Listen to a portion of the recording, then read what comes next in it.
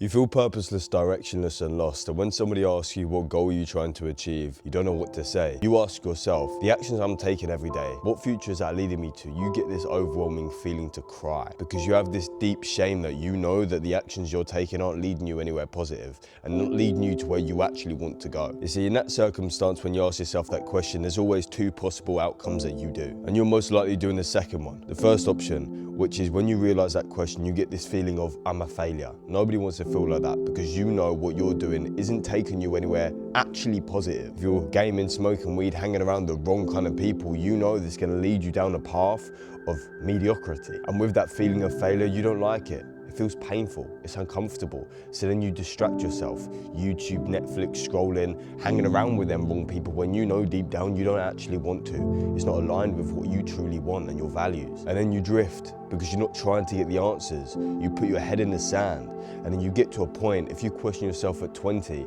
you drift for all of them years, and around 35, 50, it doesn't matter what age, you have a midlife crisis. And then you think, what? How have I got here? I'm not doing anything that I actually want. And I feel like my life is just meaningless, and I don't know what to do, and I don't know who I want to be, and what goals I'm trying to achieve, and I just haven't done anything with myself. You see, every single person is gonna go through that feeling of being lost. It just depends on what age you get to. The earlier it is, the better. But the thing is, when people get to that question, when they ask themselves that, they tend to go for the second option of avoiding the answer, because finding that answer is uncomfortable. It's uncomfortable to realize that you've actually just been a fuck up. I put it into a hypothetical circumstance. A person is wanting to become more disciplined, and he wants to get into the gym, he wants a better body, he wants a girlfriend, he wants to feel more proud of himself. But his actions are him gaming, smoking weed, hanging around dickheads, and he's not leading himself anywhere. He's going to bed late, waking up late. If he was to develop the understanding of where his future is taking him, he'd be able to see it's not leading him anywhere towards his goals. Okay, so the second option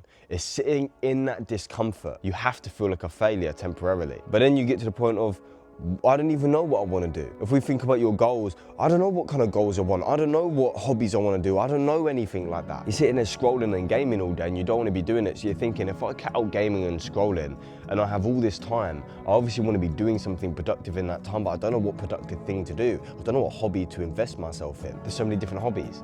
So I might as well just keep gaming because I'm so clueless.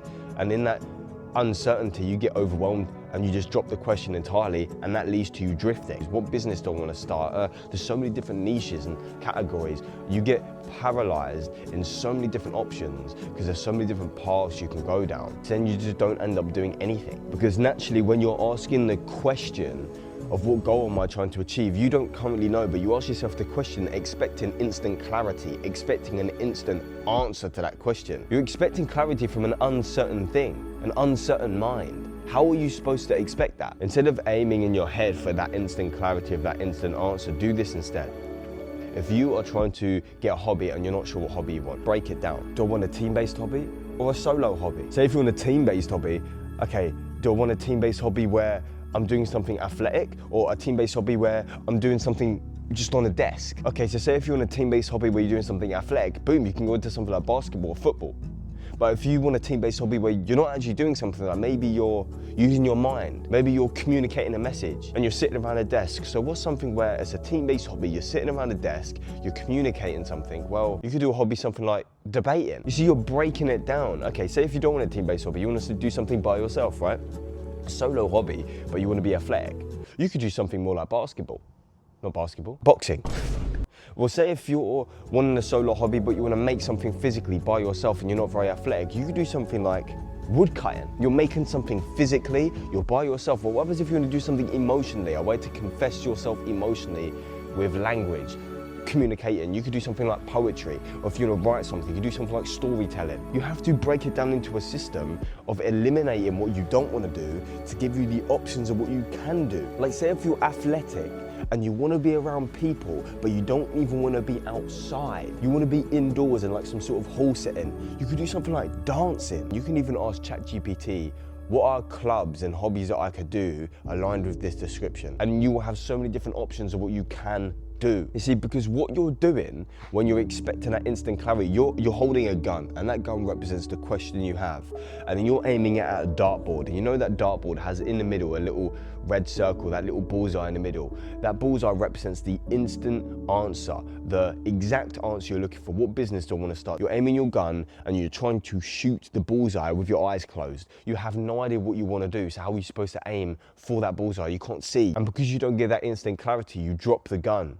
As in, you completely ignore the question and you drift. Instead, you aim around the target, trying to niche down what you want to do, not by getting instant clarity, but by a process of elimination.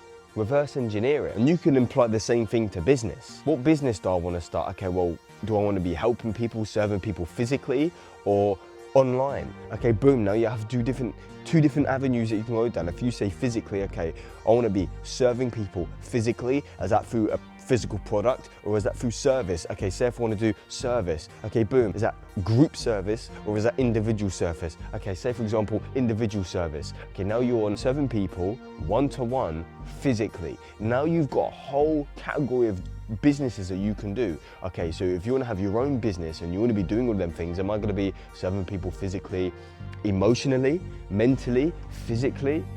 How am I serving them? Okay, emotionally, I want to help people. Is that through their past or is that through their present or is that for their future? Or is that for their past trauma and all the shit that they've been through? Okay, so if you want to go into the past trauma side, okay, now you can go down avenues of therapy and stuff.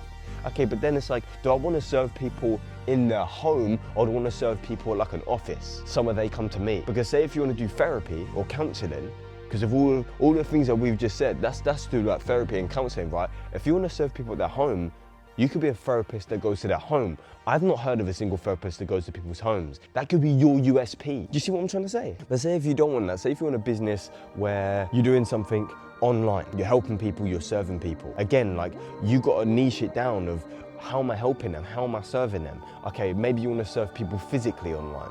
How can you do that? You can teach people how to serve themselves physically online so then they get a better body. For example, online coaches do that. If you want to help them with something specifically physically, maybe you don't want to do it online and you want to help with them physically, but you can choose to help them with an illness. So then you're going down into being a doctor, a nurse. Maybe you know somebody who's dealt with a certain illness and you've helped them deal with it, and then you can help the public deal with that. Physically or online if you wanted to. You can break it down because you're not going to know the exact business you want to do, so you have to reverse engineer it. How are you supposed to know exactly what you want to do if you don't fucking know? You don't know what you don't know because you don't know. You see, what you're doing there is finding clarity in the uncertainty. So that's how you break it down.